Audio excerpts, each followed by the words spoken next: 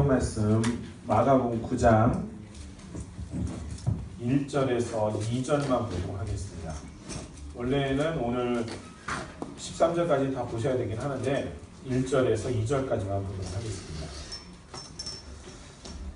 함께 한 목소리로 같이 마가복음 9장 1절에서 2절 같이 한번 읽겠습니다. 시작.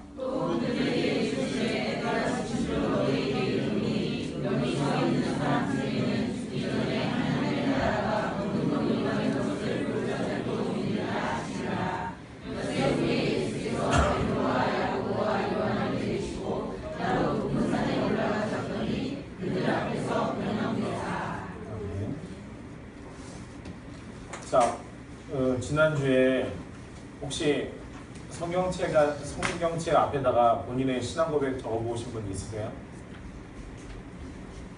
한번 표시 한번 누구 아무도 없으세요? 지난주에 신앙 고백은 물 건너간 겁니까? 혹시 써보신 분 있으시면 한번 거창하지 않아도 좋으니까 본인이 한번 어떻게 고백했는지 한번 고백해 보실 수 있는 분 있으세요? 없으세요? 의외로 아직 고백을 못 하시는 것 같은데.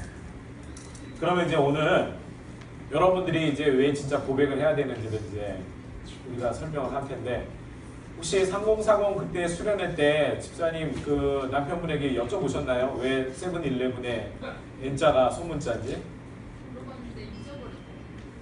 물어봤는데 네. 기억 안 나요? 네. 정확하게 없는 게 아니라 사실은 그 세븐일레븐의 그 처음 만든 그 사람도 그러니까는 그 사람이 없어요. 그래가지고 원작자가 없어서 그 디자인을 처음 했던 사람이 없기 때문에 쉽게 말하면 알 수가 없는 거예요. 영원히 그 이유를 모르죠. 근데도 여전히 사람들은 그걸 이야기하기 전까지는 전혀 모르고 살았고 앞으로도 모르실 거예요. 그리고 그날 수련회 하면서 그 한 사람이 배드모닝이라는 동영상을 보셨으면 아시겠지만, 우리 눈으로 보는 것이 전부가 아님을 우리는 쉽게 알 수 있죠. 때로는 청각을 통해서 내 차의 정확한 위치를 알 수 있는 거예요. 이 이야기를 모르시는 분들은 그날 오지 않으신 분들이기 때문에 인터넷에 들어가셔서 동영상, 배드모닝이라고 하는 동영상 한번 찾아보시면 이제 하는 이야기를 좀 이해하실 겁니다. 제가 왜 그 두 가지 이야기를 했냐면, 사실은 성경을 읽을 때 우리는 매우 신중하고 또 정확하게 성경을 봐야 할 의무가 우리에게 있어요. 그러니까 우리가 믿음을 가지고 있는 것은 중요한데, 그 믿음을 소유하는 것은 그냥 나는 어느 교회 다니고 나는 교회 생활 몇 년 했고 이게 중요한 게 아니라 하나님의 말씀을 정확하게 이해하는 그것이 더 중요한 것을 좀 이해하셨으면 좋겠어요. 자, 오늘 제가 9장 1절과 2절을 언급했던 이유는 사실 우리가 예수 그리스도가 누구이냐라고 하는 이 질문에 지난번과 마찬가지로 그냥 단순히 그리스도 혹은 이 베드로가 주는 그리스도시요 살아계신 하나님의 아들입니다라는 신앙의 고백을 통해서 너 참 잘했다 이런 정도로 끝날 것이 아니라, 예수님의 사역이 그 십자가의 그 모든 그 십자가의 진행들이 그 신앙의 고백 위에서 만들어지고 완성되어지는 것을 설명해 줬거든요. 근데 오늘 1절에 보시면 이렇게 표현하고 있어요. 또 그들에게 이르시되 제자들에게 말씀하셨어요. 내가 진실로 너희에게 이르노니 여기 서 있는 사람 중에는 죽기 전에 하나님의 나라가 권능으로 임하는 것을 볼 자도 있느니라 하시니라 라고 하는 이 말이 있죠. 여러분들은 하나님의 나라가 무엇이라고 생각하세요? 하나님의 나라. 자, 아직 하나님의 나라는 아직 오지 않았습니다 생각하는 분 있으세요? 아니면 하나님의 나라는 이미 왔습니다 하는 분이 있으세요? 지금 세상이 이렇게 어지러운데도 하나님의 나라가 있어요? 이 신학교 가면 이제 이런 질문들을 무지 많이 받아요. 신학생들이 교수님이 이게 질문해. 그래서 조직 신학에서는 하나님의 나라는 already, not yet 이렇게 영어로 이미 왔으나 그러나 아직이다. 그런데 이제 이게 머리에는 들어갔는데 여기에는 사실 무슨 의미인지 몰라요. 그리고 그게 성경을 펴놓고는 더더욱 모르게 되죠. 그게 신학교의 맹점이에요. 사실은 제가 뭐 신학교를 비판하는 건 아니지만 신학교육의 맹점은 뭐냐면 머리는 많이 채워놓는데 막상 내 가슴에도 이해가 되지 않고 실제로 성경을 펴놔도 설명을 못하는 경우가 종종 있어요. 제가 9장 1절을 설명하는 것 중에 잘 보시면 아시겠지만 여기 있는 사람 중에 여기 서 있는 사람 중에 죽기 전에 하나님의 나라가 권능으로 임하는 것을 볼 자들도 있느니라 라고 하느니 하나님이 주신 이 약속의 말씀이 언제 이루어지냐면 앞으로 일어날 일뿐만 아니라 2절에 나오는 그 사건이 그것을 의미해요. 하나님의 나라가 권능으로 어떻게 임하느냐? 엿새 후에 예수께서 베드로와 야고보와 요한을 데리시고 여기 서 있는 사람 중에 라고 하는 제자들 중에 3명을 택했죠. 따로 높은 산에 올라가셨더니 그들 앞에서 어떻게 돼요? 그렇죠. 이게 중요한 거예요. 이 변형이라는 것은 바뀌는 것을 의미해요. 근데 그 바뀌는 것이 어떻게 표현되고 있어요? 그 옷이 광채가 나며 세상에서 빨래하는 자가 그렇게 희귀할 수 없을 만큼 매우 희어졌다. 세상에는 이러한 것들이 있을 수 없다. 그럼 예수님이 산 위에서 변화된 그 모습은 어떤 것의 모습이에요? 우리가 보통 얘기하는 저 하나님 나라에서의 모습을 보여주십니다. 여러분 성경 본문을 이렇게 이해하셔야 돼요. 그러니까 이 2절과 1절을 매치를 안 시켜놓으면 이상한 쪽으로 이제 발전이 되는 거죠. 그렇게 되면 안 돼요.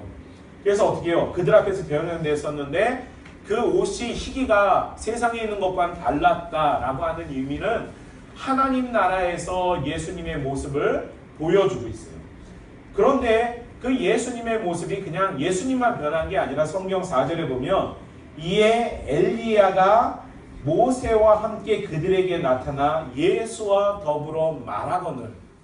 하나님의 나라에서는 누구와 누가 더불어 말할 수 있어요? 엘리야와 모세가 주님과 더불어 말할 수 있는 것이고 아브라함과 이삭과 야곱도 하나님과 더불어 말할 수 있는 것이고 저와 여러분들도 먼 훗날 하나님의 나라에서 그와 동일하게 우리가 교제할 수 있는 거예요. 하나님의 나라는 그런 것이에요. 계열이 어떤 게 하나님이 계시고 이렇게 피라미드로 우리 밑으로 이렇게 깔려 있는 성도가 아니라 하나님과 우리는 얼굴과 얼굴을 맞대고 본다라는 의미예요. 찬송이 그런 의미에서 나온 건데 그런 의미를 정확하게 모르면 감격이 없어요. 베드로가 말합니다. 예수님께. 잘 보세요. 지금 예수님이 가운데 서서 변형이 됐어요. 제자들 앞에서. 그리고 예수님과 함께 엘리야와 모세라고 하는 것을 알 수 있을 정도잖아요. 지금. 잘 보세요. 제자들이 누군지를 아는 것은 서로 이해하는 거예요. 천국에서 저 사람이 아브라함이야 누가 알려주지 않아도 우리는 서로 알 수 있어요. 마치 아버지가 아들을 알고 형제들이 서로를 알듯이 가족들 소개할 때 얘는 저의 첫째 누님이십니다. 이렇게 자기가 자기 그 가족 소개하나요? 그건 아니죠. 알잖아요. 얼굴 봐서. 그러니까 그런 의미로 천국에서 가면 아 저분은 아브라함이구나. 아 이 사람은 누구구나라는 것을 알 수 있어요.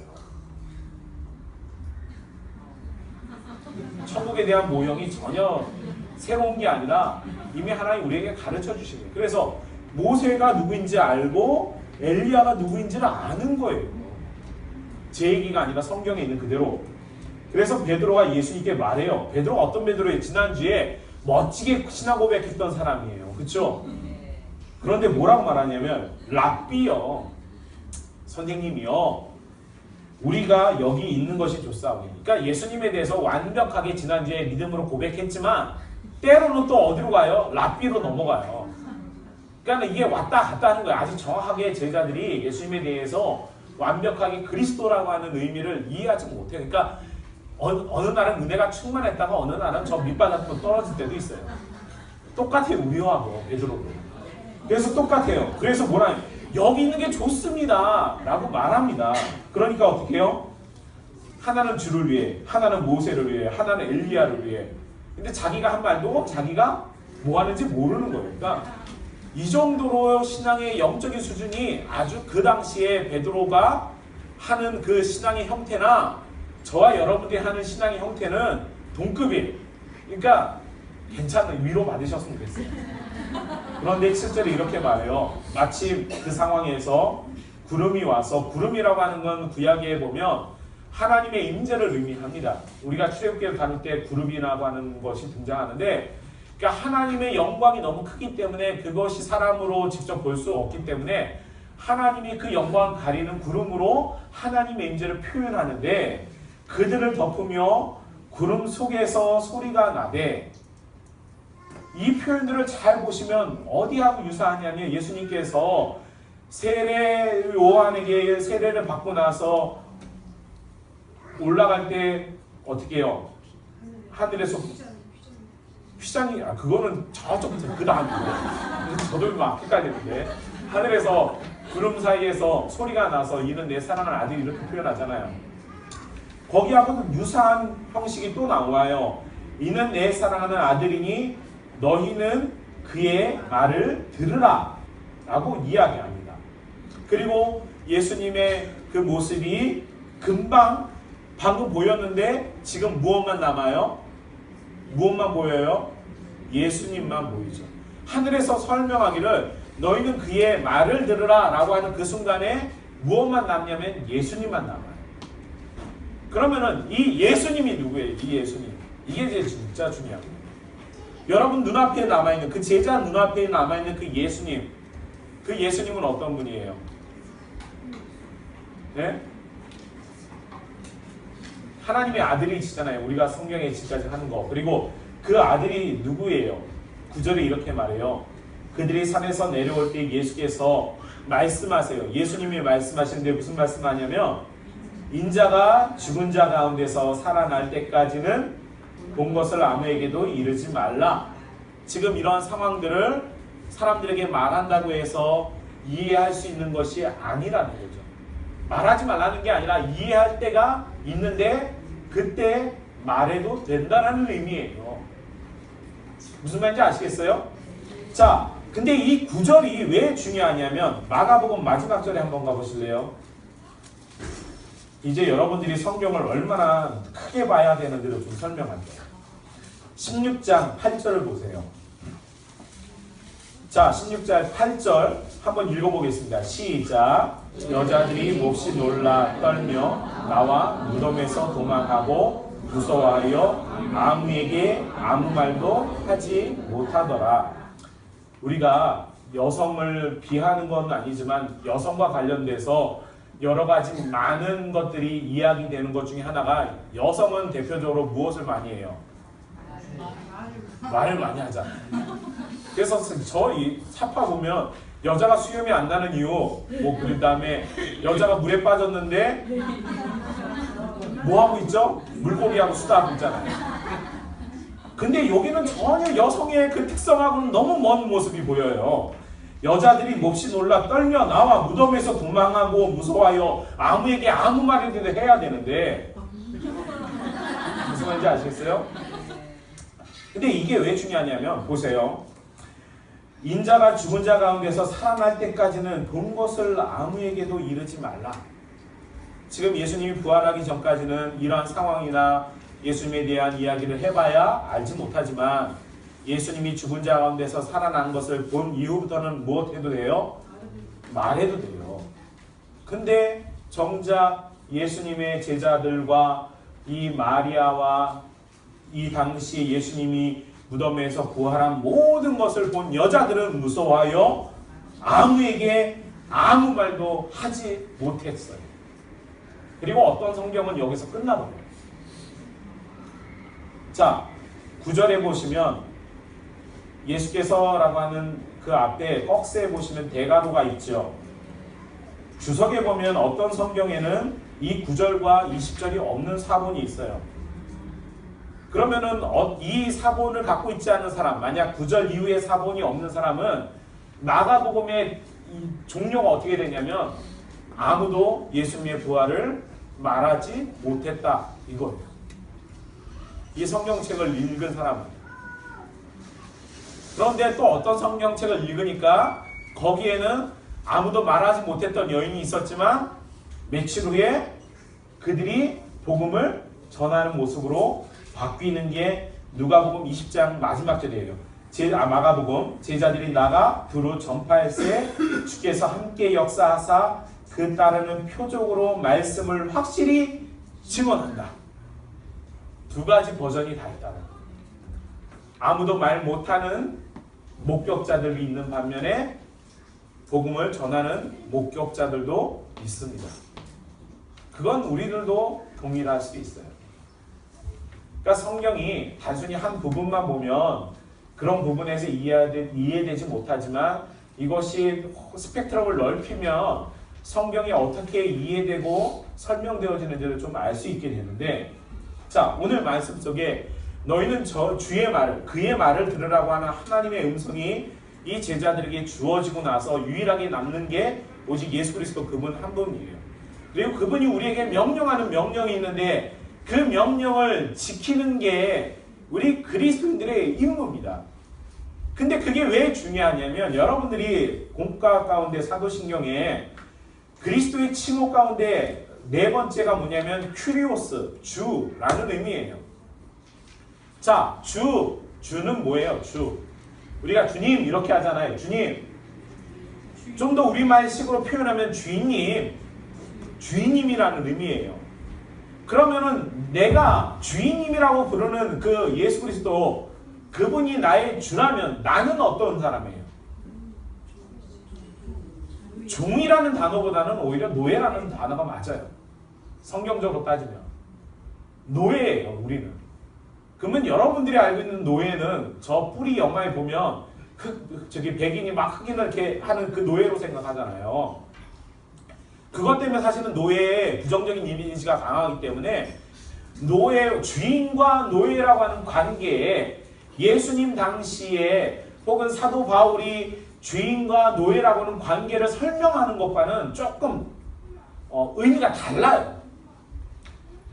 우리가 아는 것처럼 물론 주-종 관계를 가지고 있지만 이 당시에 좀 더 이 당시 그러니까 성경이 기록될 당시에 노예라고 하는 단어를 쓸 당시에 의미를 좀 이해하실 수 있다면 여러분들이 그 좋은 영화가 있는지 모르겠는데 하여튼 그런 영화들이 이 로마 시대를 다루는 영화들을 좀 보시면 아시겠지만 주인이 종을 물론 쉽게 말하면 압제도 할 수 있고 죽일 수도 있는 그런 권리도 있는 반면에 종에게는 무엇이 주어졌냐면은 자유로움과 주인의 보살핌이 함께하고 있어요.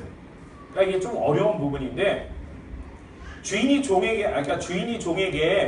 종이 주인에게 충성을 다하고 또 자기의 맡겨진 모든 것을 헌신할 때 주인은 뭐 할 의무가 있어요? 종에게 뭐 할 의무가 있죠?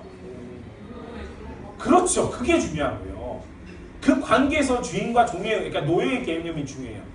그러니까 노예라고 하는 사람들은 자신이 자신을 보호할 수 없는 사람들이 누구에게 복속이 되냐면은 종의 개념이 어디에서 시작되냐면 내가 나를 보호할 수 없기 때문에 나를 보호할 수 있는 사람 아래로 들어가는 거예요. 그게 노예의 시작이에요. 원래는. 그러면 내가 그러니까 내가 나를 보호할 수 있는 사람 아래로 들어가면 그 사람은 나에게 울타리 같이 되어서 나의 모든 걸 공급해줘요. 먹을 양식도 공급해주고 내가 살아가는데 조금의 어려움도 없도록 나에게 모든 것을 제공해주는 게 그 주인의 역할이에요. 그리고 그 주인이 나에게 제공해주는 것들에 대한 누리는 것을 내가 마음껏 누리는데 이 주인은 종에게 노예에게 막 우리가 보통 얘기하는 그 무자비한 어떤 갑질하는 그런 주인이 아니라 안전과 그들의 생명을 보호해주고 그들의 자유를 침해가 당하지 않도록 테두리로 보호해주는데 적으로부터. 그게 원래 노예와 주인의 개념이에요. 그래서 그 노예는 주인을 위해서 충성하는 거죠. 그 관계를 잘 설명하는 게 뭐냐면은 아브라함이 아들 이삭을 그 장가 보낼 때 누구를 보내요? 종을 보내죠. 근데 그 종이 사실은 어떤 사람이었냐면 자손이 없었으면 그 종을 대신 세울 수도 있었어요. 자기 후계자로. 그러니까 그게 원래 그런 의미의 관계예요. 그런데 자기 아들의 혼사를 종에게 맡겨요?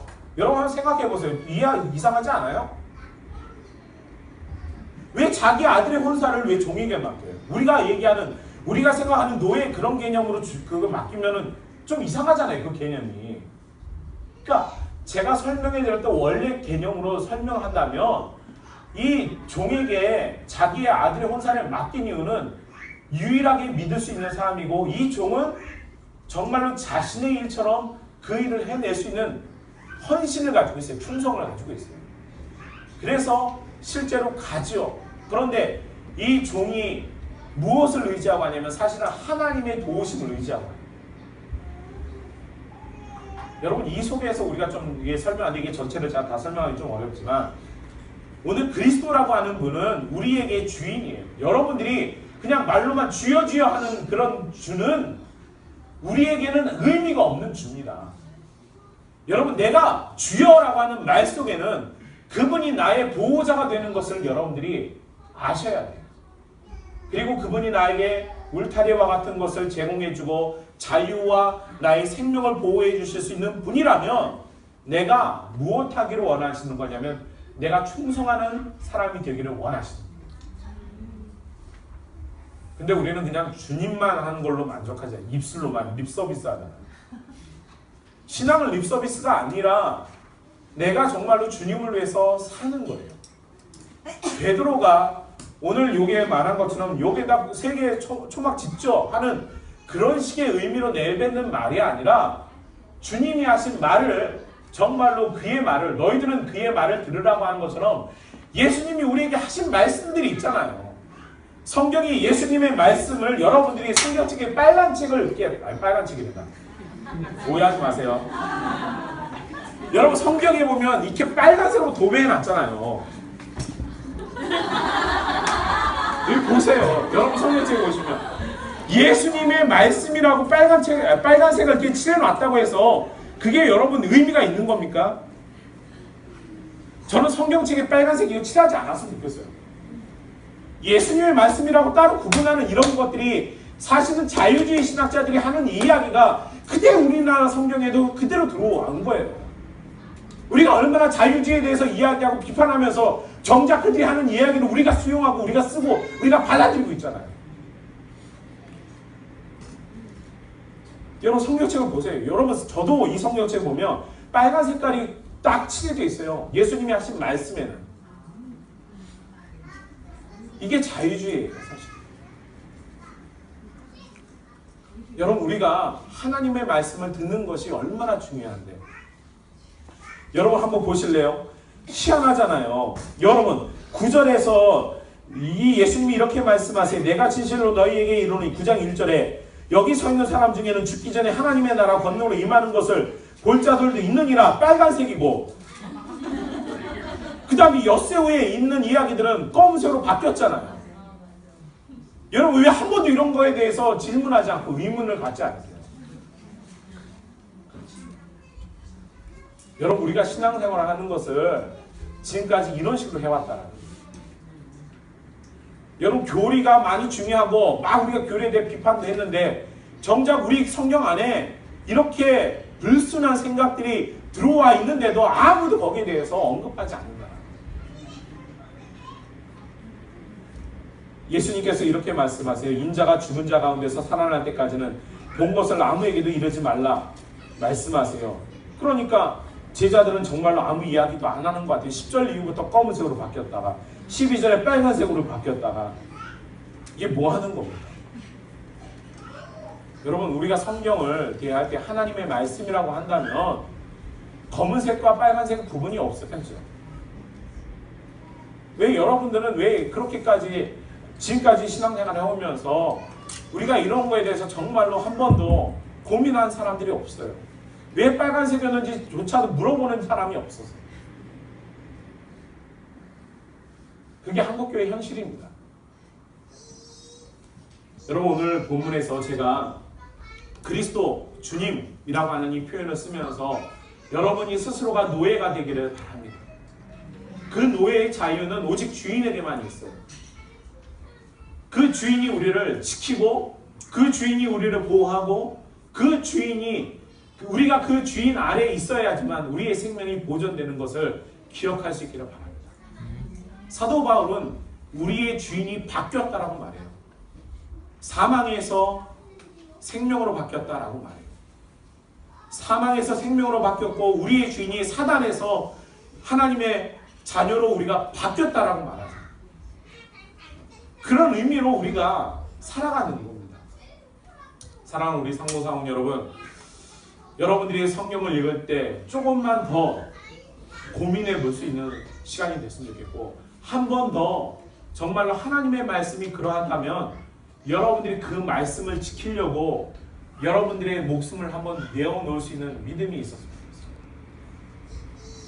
좋겠습니다. 40대, 50대 이제 열정이 사라졌다고 말하죠. 식어가는 거죠. 사라지는 건 아니죠. 과거 20대, 30대하고는 다른, 정말로 여러분들이 그런 열정과 그런 어떤 액티브한 것들은 사라져가고 약해졌지 몰라도 하나님에 대한 지식은 더 깊어져야죠. 그게 여러분들이 갖고 있는 성숙함이라고 저는 생각합니다. 우리가 그리스도에게 자라난다라는 것은 연수를 말하는 게 아니라 더 하나님의 말씀을 기억하고 그 하나님의 말씀을 사랑할 수 있는 사람을 의미합니다. 한 주간 동안에 다시 한번 여러분들에게 과제를 드리겠습니다.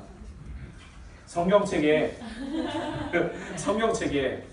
여러분들이 하나님에 대해서, 예수 그리스도에 대해서 어떠한 신앙 고백을 할 수 있는지, 그것이 화려한 어비사고를 사용하지 않아도 좋아요. 그냥 여러분들이 느끼고 지금까지 만났던 그 하나님에 대해서 여러분들이 한번 고백해 볼 수 있기를 바랍니다. 그러면 어느 날 그 고백이 여러분들이 가장 힘들고 지칠 때 여러분들에게 가장 큰 힘이 되고 여러분들에게 가장 큰 능력이 될 줄 믿고, 우리 3040 모든 여러분들에게 하나님의 말씀이 날마다 우리에게 이루어지기를 바랍니다. 네. 예, 질문하세요. 예수님의 하나님 아들 되심과 우리가 하나님의 자녀들의 차이점이 무엇인가 가지고 질문이 있어서 예수님과, 그러니까 잘 보세요. 그 양자됨이라고 하는, 우리는 하나님의 아들이지만 어떠한 신분이냐면 양자된 신분이에요. 양자됐다라는 것은 동일한 권세를 누리는 것을 의미합니다. 다시 말하면 무슨 말이냐면, 로마 시대 때 이 양자됐다라는 단어가 어디에 근거하면, 사실 그러니까 배경이 되게, 문화적 배경이 매우 중요한데, 로마는, 그 당시에 로마는 예수님 당시에, 그리고 사도 바울과 그 당시에 제자들 활동했던 당시에 로마나 그 당시에 그 근동사에는 양자됐다라고 하는 것은 비록 나와 이 사람은 혈연 관계는 아니지만 이 사람이 나의 양자가 되면 혈연 관계만 빼놓고는 모든 게 다 동일하게 이루어지는 거예요. 그러니까 피는 섞이지 않았지만 모든 게 다 동일하게 주어지는 것이 양자됨이에요. 그러나 하나님과 예수 그리스도의 관계는 비록 성부 하나님, 성자 예수 그리스도라는 의미를 갖고 있지만 두 분은 동일 본질이세요. 그러니까 우리 식의 그런 것은 아니고 같은 하나님이시고, 그 우리가 보통 얘기하는 삼위일체 되시는 성자, 성부, 성자, 성령, 이런 것의 관계 속에서 삼위일체 되시는 하나님일 뿐이고, 그 하나님의 아들로서 예수 그리스도가 우리가 하나님의 자녀가 됐다고 하는 것과 동등한 게 아니라, 개념적인 동등함이 아니라 권리적인 동등함을 가지고 있어요. 그러니까 그 구분을 꼭 하시는 게 중요할 것 같습니다. 친자와 양자의 관계가 이렇게 설명해도 상관없나요? 그러니까 친자와, 우리식으로 인간적인 친자와 양자의 개념, 왜냐하면 우리는 친자와 양자는 엄연히 구별이 있죠. 무슨 구별이 있어요? 피적, 그러니까 생물학적인 구별뿐만 아니라 정서적 구별도 있어요. 우리는 심리적 구별을 뛰어넘는 분이 있으세요? 여기에 솔직하게 말씀드려서 정서적이나 심리적으로나 아니면 어떤 모든 것, 그러니까 우리가 생물학적인 것 빼놓고 나머지 모든 걸 여러분 뛰어넘을 수 있다고 생각하세요? 우리는 못해요. 그러니까 우리식으로 하나님을 그렇게 이해하시면 안 돼요. 그렇게 되면 다 오류에 빠져요. 우리가 하나님에 대해서 설명할 때 인간이 아무리 하나님을 설명을 잘한다고 해도 거기에는 반드시 오류가 있어요. 그렇기 때문에 우리가 하나님에 대해서 설명할 때는 사실 불가능한 겁니다. 그러니까 하나님 우리를 우리식의 인간적 관계로 친자와 양자식으로 하나님은 예수 그리스도는 하나님의 친자, 나는 양자 개념 이렇게 해결해버리면 이해는 쉬울지 몰라도 사실은 완전히 틀렸어요. 그러니까 절대 그렇게 하지 말고 무슨 개념을 갖고 계시냐면 그러니까 고대 근동이 양자 개념을 갖는데 생물학적인 차이는 있지만 양자의 개념은 고대에서 사용됐던 양자 개념은 권리적인 모든 것이 나와 동일하게 이루어져요. 심지어 나의 모든 재산을 다 가져가요. 상속이 다 되고 무엇도 가져가고 이름도 가져가요. 권리도 가져가고 이름도 가져가고 모든 걸 다 가져가요. 뭐만 다르냐면 생물학적으로만 달라요. 근데 이 생물학적인 것까지도 설명하는 게 아니라 그 당시에 양자 개념, 사회적으로 사용되었던 이름도 가져가고 권리도 가져가고 돈도 가져가고 모두 가져가는 그것이 동등하다라는 것을 우리가 신앙으로 하나님의 양자됐다, 하나님의 자녀됐다라는 것과 매치시키는 거지. 생물학적으로는 우리는 어떻게 생물학적으로 따지는 건 좀 뭐하지만 하나님이 우리의 아버지는 생물학적 개념이 아니잖아. 창조주의 개념이지. 그러니까 우리가 성경을 이해할 때 문자도 중요하고 배경도 중요하고 언어도 중요하고 풍습도 중요합니다. 그러니까 이 모든 걸 다 우리가 좀 섭렵할 수 있는데 그게 여러분들에게 다 주어질 수 없기 때문에 교육자가 사실 필요한 거고 그러니까 목회자의 역할은 바로 그런 걸 하는 거예요. 그러니까 그렇게 하기 위해서 우리가 서로 공부하고 서로 나누고 설사 의문사항이 있거나 의심되는 게 있어도 목사님 의심스러워요 라고 하는 게 이상한 게 아니죠. 그걸 서로 이야기할 수 있어야 돼요. 지금 말씀하신 거죠. 이경수 사님 저에게 이런 질문을 하지 않으면 또 오늘 집에 가셔서 나는 하나님의 양자되는 이런 식의 개념으로 또 이해하시면 오해가 돼요. 그러니까 하나님의 말씀은 서로 상고하는 거예요. 서로 막 고민하고 연구하고 서로 토론하고 그리고 하나님의 말씀이 이러한지를 알고 나면 확신해지면 그 확신으로 살아가시는 거예요. 그게 에클레시아의 역할입니다. 에크는 세상에 있는 사람들을 불러내는 거예요. 에크. 모모로부터 불러내다. 레시아, 에클레시아를 불러낸 게 교회예요. 그래서 뭘 하는 거예요? 교회에서 하나님의 말씀을 가르치는 거예요. 기준을 가르쳐요. 그리고 제가 가서 낚시를 하나요? 물고기를 잡나요? 저는 물고기 못 잡아요. 저는 그런 거 없어요. 제가 고기영 집사님이 그 환자들을 만나 제가 환자를 만나러 가나요? 아니죠. 그분들이 가셔서 여러분들이 각자의 삶으로 돌아가셔서 여러분들이 에클레시아에서 배웠던 하나님의 말씀을 가지고 거기 가서 여러분들이 삶으로 살아가시는 거예요.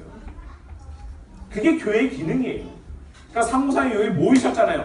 말씀 배웠어요. 하나님의 말씀이 그러한 줄 알면 그리고 여러분들의 삶 속에 가서 여러분들이 그렇게 살아가시는 거예요. 그리고 한 주 동안 실패하고 깨지고 터지고 와가지고 다시 또 하나님이 나에게 말씀을 주신 걸 위로받고 아니면 어떤 분은 갔다 와가지고 하늘에서 사단 예수님의 제자들이 갔을 때 병자도 고치고 했던 그런 경험도 있던 것처럼 그런 일도 있었습니다 하고 와서 또 간증도 하고 힘을 얻고 또 다시 말씀을 가지고 또 가서 살고 이게 교회의 기능이라는 거예요. 여러분들이 그 역할을 좀 하셨으면 좋겠습니다. 다른 질문 없죠? 기도하겠습니다. 사랑의 아버지 하나님 감사합니다. 하나님의 말씀이 얼마나 심오하며 또 그 말씀이 꿀송이보다 닮에도 불구하고 우리들이 때로는 그 말씀을 잘 알지 못하고 이해하지 못해서 그저 성경에 기록된 과거에 또한 혹은 문자적인 그런 것으로만 이해할 때가 많습니다. 주님, 오늘 이 시간에 주는 그리스도시고 살아계신 하나님의 아들이며 우리는 그분의 노예임을 공언하고 이 시간에 노예는 노예답게 주인의 말에 순종하고 또 주인은 우리를 보호하시고 또 우리를 다스리시는 분이심을 깨닫고 살아갈 수 있게 도와주시옵소서.